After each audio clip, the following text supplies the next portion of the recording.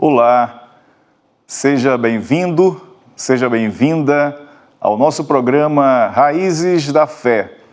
Nós estamos tratando de história do cristianismo e nesta primeira temporada, os 3 primeiros séculos da era cristã, da era apostólica, portanto, o primeiro século, até o final do terceiro, comecinho do quarto século, quando aparece na história o imperador romano Constantino.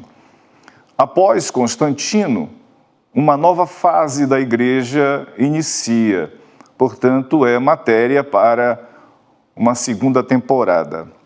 Nós estamos no segundo século, estamos vendo que a igreja do segundo século passou por problemas de perseguição, mas também por uma ameaça interna às heresias. A igreja sofria de todos os lados. A parte externa, a perseguição do império, e na parte interna, as heresias. E nós vamos trabalhar esta semana sobre a resposta da igreja antiga a essas heresias. Como é que a igreja tratou estas heresias, as quais nós já sabemos. A heresia gnóstica e a heresia de Marcião, que também era um gnóstico. E nós temos como resposta da igreja a essas heresias 2 respostas. A primeira é o cânon e a segunda, o credo. Nós vamos ver primeiramente a resposta da igreja, que seria a primeira resposta da igreja, que é o cânon. A igreja, através da organização do cânon, deu a primeira resposta à heresia, especialmente de Marcião, que, como nós já vimos, ele fez um cânon particular. Como era o cânon dele, você lembra? Era apenas dos evangelhos, o evangelho de Lucas, e este ainda mutilado das citações e menções do Antigo Testamento. Marcion, ou Marcião, era inimigo do Antigo Testamento, inimigo do judaísmo, então ele retirou de Lucas toda a referência ao Antigo Testamento. E ele ficou apenas com 10 cartas do apóstolo Paulo, portanto ele retirou de Paulo as pastorais e os demais livros do Novo Testamento. O cânon dele, portanto, é uma forma diminuída do Evangelho de Lucas e 10 cartas de Paulo. A igreja, portanto, tinha que dar uma resposta a este cidadão, a este líder da igreja de Sinop. Não era episcopos, não era um bispo, não era um líder, não era um pastor, mas era alguém de grande influência dentro da igreja, tanto é que a igreja se motivou a dar essa resposta. Portanto, a primeira resposta da igreja às heresias internas da igreja, portanto, é o cânon. E o que é o cânon? É a lista dos livros sagrados. Nada mais é do que isto. Qual é o cânon da Bíblia protestante? 66 livros, a lista dos 66 livros. Qual é o cânon protestante do Novo Testamento? 27 livros. Qual é o cânon protestante do Antigo Testamento? 39 livros. Portanto, a igreja precisava ter muito claramente para os seus membros quais eram os livros inspirados, uma vez que Marcion retirou muitos livros do Novo Testamento que a igreja lia. Nós temos aqui uma página do conhecido Codex Sinaiticus. Essa página, você percebe, em 4 colunas, está escrito em escrita grega, portanto é um documento grego, um códex dos mais completos que nós temos do Novo Testamento.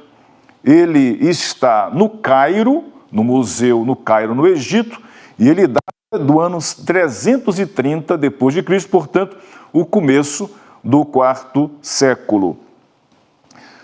Antes, é importante a gente salientar que antes de Marcião, da sua heresia, com o cânon próprio que ele criou, antes não havia necessidade ou qualquer registro da intenção de formatação de um cânon, isto é, de uma lista autorizada, porque os livros percorriam as igrejas de modo separado. Uma igreja tinha Mateus, a outra igreja tinha Lucas, a outra tinha as cartas de Paulo, isto é. E esses livros circulavam, havia cópias, mas não havia necessidade de uma reunião e uma lista para que a igreja dissesse assim, olha, este grupo de livros é o grupo inspirado, portanto, fica fora os demais livros, ficam fora os demais livros.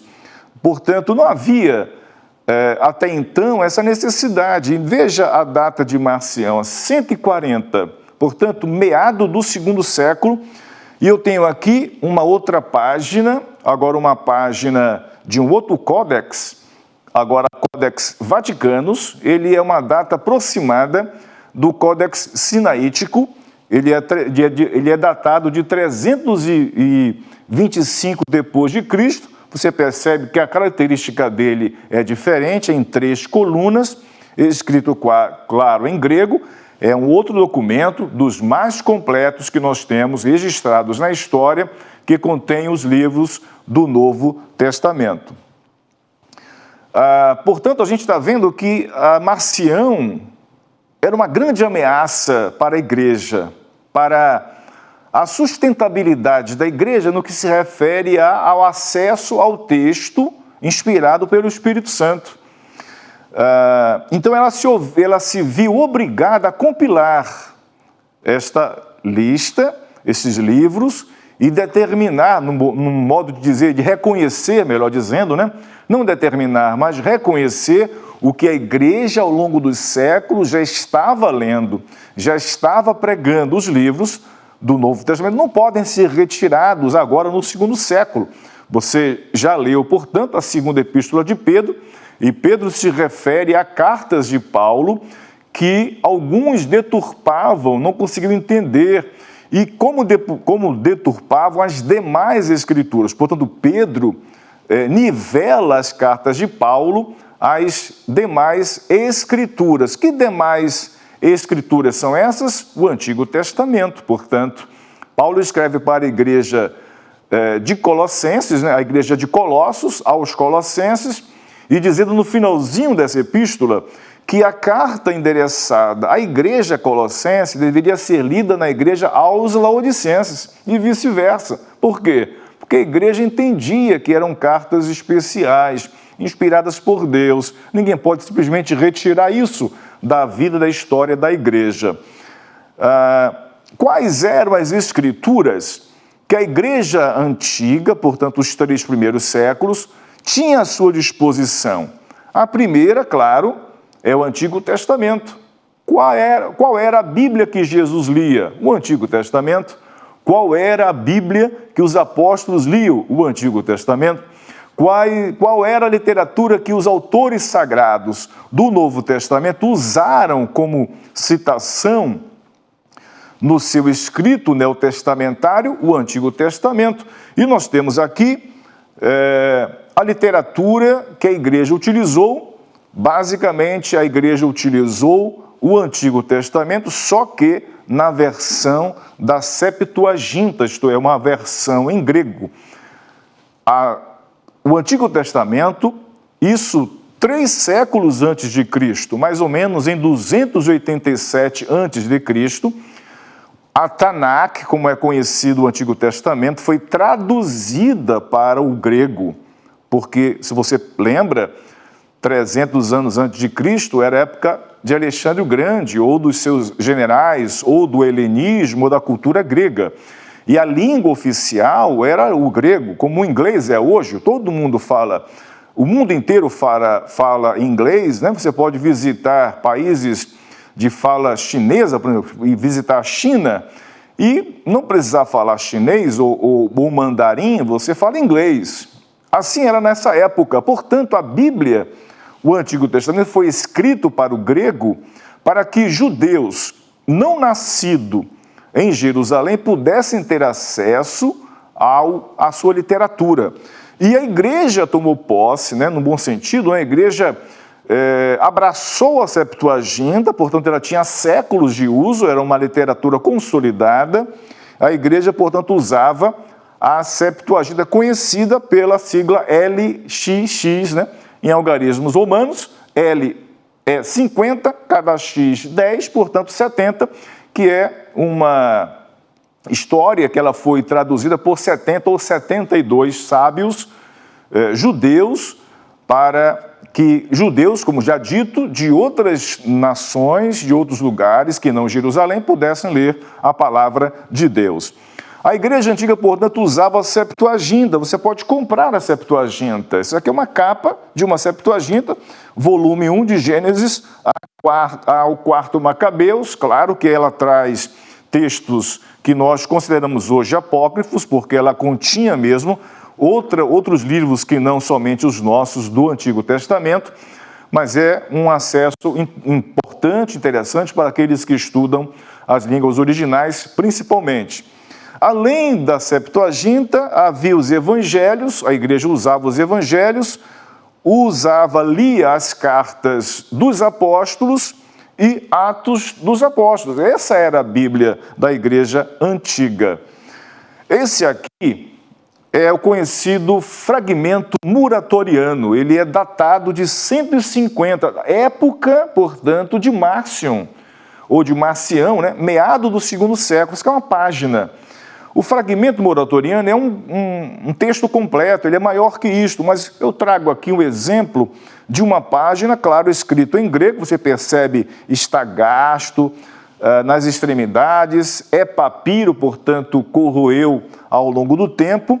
Esse é o documento mais antigo do cânon do Novo Testamento que nós temos, do cânon que nós consideramos completo, de 27 livros. Então veja que, meado do segundo século, você já tem a igreja usando os 27 livros. Portanto, é um dado histórico que a gente percebe que a igreja lutou e reconheceu quais eram os livros sagrados e quais deveriam ser deixados de lado. A segunda resposta da igreja antiga às heresias é o credo. Agora, ela vai atacar o gnosticismo. Com o cânon, ela atacou Marcião e os seus hereges. Agora, com o credo, ela vai atacar a heresia gnóstica. O que é credo? É uma confissão de fé que a igreja antiga elaborou. Portanto, era uma confissão batismal, era uma confissão empregada nas igrejas antigas desses primeiros séculos. No momento do batismo, a pessoa confessava o credo e assim ela era batizada. Então, o credo que nós temos, inclusive hoje, que é definido no VI século apenas, ele tem o embrião, ele começa no II século. Então, a igreja, no II século, ou do II século, ela se preocupou em definir, em reconhecer os limites da sua profissão de fé.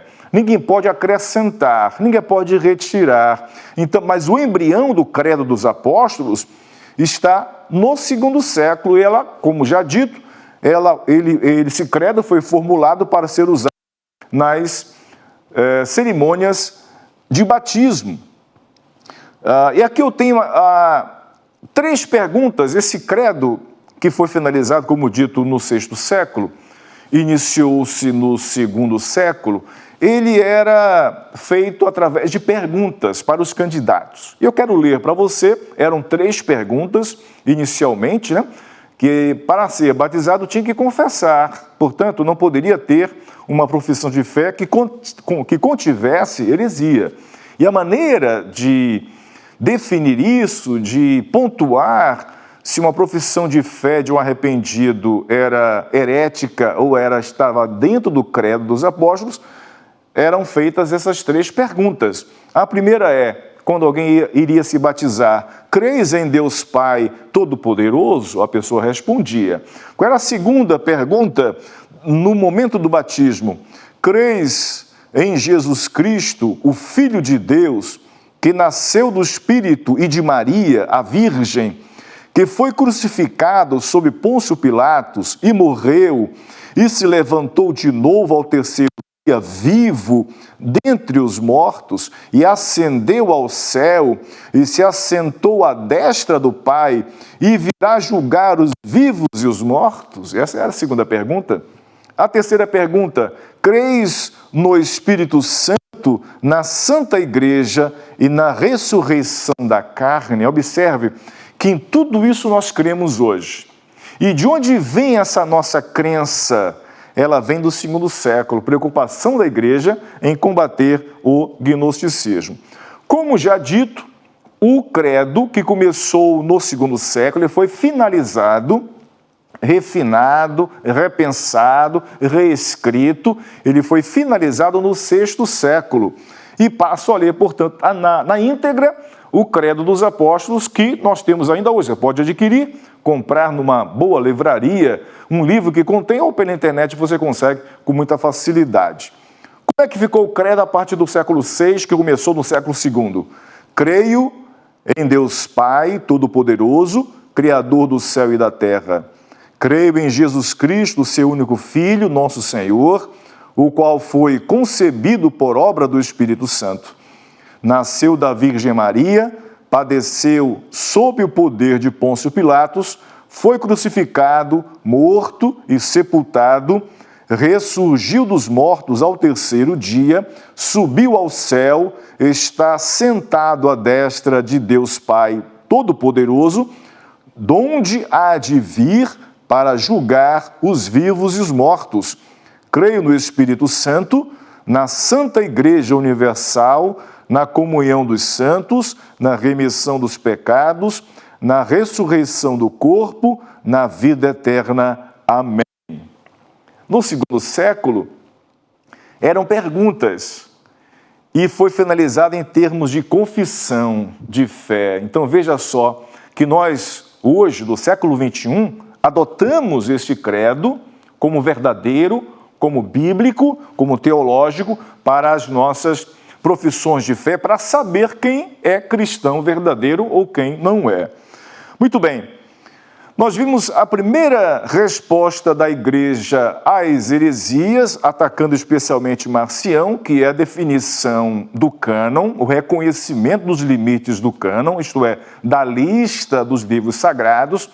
Vimos a segunda resposta da igreja às heresias, agora especificamente a heresia gnóstica, com o credo dos apóstolos, e agora nós veremos a terceira resposta da igreja às heresias, ainda em cima dos gnósticos, que a história, os estudiosos têm denominado essa resposta como a sucessão apostólica, que é diferente da sucessão apostólica católica, que se refere aos papas da história. Não confundam uma coisa com a outra. Sucessão apostólica do segundo século é uma coisa. Sucessão apostólica para ocupar a cadeira do papa ao longo da história é outra coisa. Então nós vemos aqui que esta resposta da igreja, isto é, sobre as heresias, especialmente gnóstica, havia uma pergunta que a igreja fazia. A pergunta que se fazia naquela época, diante das ameaças gnósticas e de Marcião, era: quem possuía a verdadeira doutrina cristã? Era Márcio ou Marcião? Eram os gnósticos? Era essa questão, pergunta que tinha que ser respondida. Os gnósticos diziam que eram eles. Eles diziam que os verdadeiros ensinos de Jesus Cristo foram repassados a algum apóstolo, e este apóstolo repassou para os gnósticos, só para eles, não para os demais da igreja. A igreja dizia que ela possuía a verdadeira doutrina de Cristo ao longo dos séculos. Qual era a primeira argumentação da igreja em relação a esta, para dar resposta a essa pergunta de com quem estava a doutrina verdadeira. A primeira argumentação da igreja era: se Jesus tivesse algum ensinamento secreto, ele teria repassado aos seus apóstolos, a quem confiou a direção da igreja. Isto é um argumento que bastava esse. Jesus não trabalha com segredos, ele trabalha com a igreja. E chamou discípulos, os fez apóstolos, e a partir deles propagar o evangelho genuíno para toda a igreja. Lembra de Atos? Lembra de Efésios, que diz que a igreja crescia fundamentada, crescia na doutrina dos apóstolos? É claro, a igreja crescia ouvindo os apóstolos. Se Jesus tivesse algum ensinamento especial, ele teria repassado aos apóstolos, e não para algum gnóstico, para alguém desconhecido. Qual é a segunda argumentação da igreja? E se tais apóstolos tivessem recebido algum segredo de Jesus Cristo, teriam repassado não a algum estranho, mas aos líderes que eles mesmos deixavam nas igrejas que iam fundando. Não é isso? A lógica, se os apóstolos recebessem algum ensinamento de Jesus sobre salvação, os apóstolos teriam repassado para os presbíteros das igrejas, os líderes das igrejas. Ora, não há segredo. A igreja percebeu a incoerência do argumento gnóstico. A terceira argumentação da igreja é, portanto, se houvesse algum conhecimento secreto, toda a igreja saberia disso. Ora, se a salvação é para todos os que estão dentro da igreja, é para todos que recebem o evangelho, se houvesse algum adicional, algum ensinamento secreto, algum ensinamento a mais, toda a igreja tinha que saber, porque ninguém poderia deixar de ter esse conhecimento e ir para o inferno não tendo conhecimento, mas todos tinham que conhecer. Jesus falou abertamente, Jesus pregou abertamente, e agora os gnósticos estavam defendendo que havia uma doutrina específica que só eles sabiam, que nós sabemos que os gnósticos rompiam com a cruz, porque qual era a maneira de ser salvo? Obtendo conhecimento secreto. Ora, não é mais pela cruz. E a igreja sempre pregou a cruz como ferramenta de Deus, instrumento divino para a salvação. Em resumo, o que a igreja fez contra os gnósticos? A resposta aos gnósticos era a unidade da fé cristã. Como é que a igreja resolveu isso? Ela pregou a unidade da fé cristã, isto é, não tem grupo seleto, não tem grupinho especial, não tem uma elite religiosa que detém o conhecimento espiritual e só ela pode ser salva, e quem se achegar a ela, a igreja, em resumo, defendeu, respondendo para os gnósticos, acerca da unidade da fé cristã nas igrejas espalhadas por todo o Império Romano. A igreja defendia a doutrina abertamente, ensinada por todos os apóstolos, por todos os presbíteros, por todos os pastores das igrejas, desde a época dos apóstolos. Portanto, este entendimento da igreja foi um entendimento que acabou, que massacrou, que enterrou de vez a ameaça gnóstica. Eu queria pontuar nesse fim de exposição sobre a resposta da igreja às heresias do segundo século, o termo católico, que tem a ver com a unidade da fé cristã. O termo católico, ele começou a ser usado, veja bem, o termo católico começou a ser usado no segundo século, no início do segundo século, por Inácio de Antioquia, que nós já vimos, um pai da igreja, um mártir da igreja, que morreu defendendo e pregando a fé cristã. Ele escreveu 7 cartas, indo preso para Roma para lá perder a vida, e uma dessas cartas, a igreja de Esmirna, datada de 110, a época dele, de Inácio de Antioquia, escreveu a esta igreja, e nesta epístola Note, nesta epístola, ele utiliza uma expressão, a Igreja Católica. A Igreja Católica. Alguns pegam esta citação e dizem assim, está vendo? A Igreja Católica que nós temos hoje, ela nasce no segundo século. Só que essa é uma desonestidade histórica. Isto manifesta um completo desconhecimento da história. E eu não posso, com a cabeça de hoje, ler um texto antigo e trazer a minha cosmovisão para aquela época. O que configura a Igreja Católica? A instituição, e não o nome católico. O nome católico é um nome que pode ser usado por qualquer pessoa e não ser um católico romano. Portanto, confundir a expressão de Inácio de Antioquia, Igreja Católica, a instituição católico-romana é um anacronismo. Como eu disse, é uma desonestidade histórica, historiográfica. É um desconhecimento completo. Porque uma coisa é o nome, é um termo usado, porque católico é um termo grego, katarrolós, isto é, segundo todos. Segundo todos, universal. A tradução de católico, na verdade, é universal, se refere ao todo. E não se refere à instituição católica que nós temos hoje.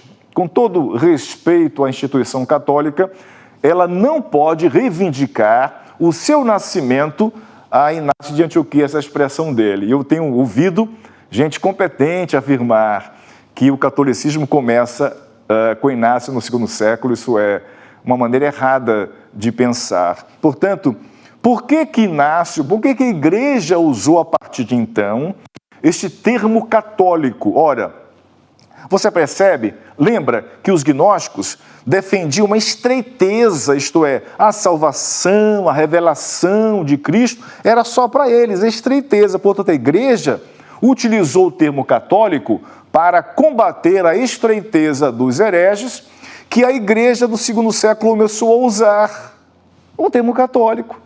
Isto é, a Igreja Universal. Quando eles se referiam à Igreja Católica, eles queriam se referir à Igreja Universal, isto é, não apenas num lugar, mas em todos os lugares, de todo mundo conhecido. Portanto, não dá para afirmar que a instituição católica nasceu nessa época. Eu queria terminar nossa abordagem nesta semana apontando a nossa necessidade de firmar os nossos pés, nossos passos na palavra de Deus.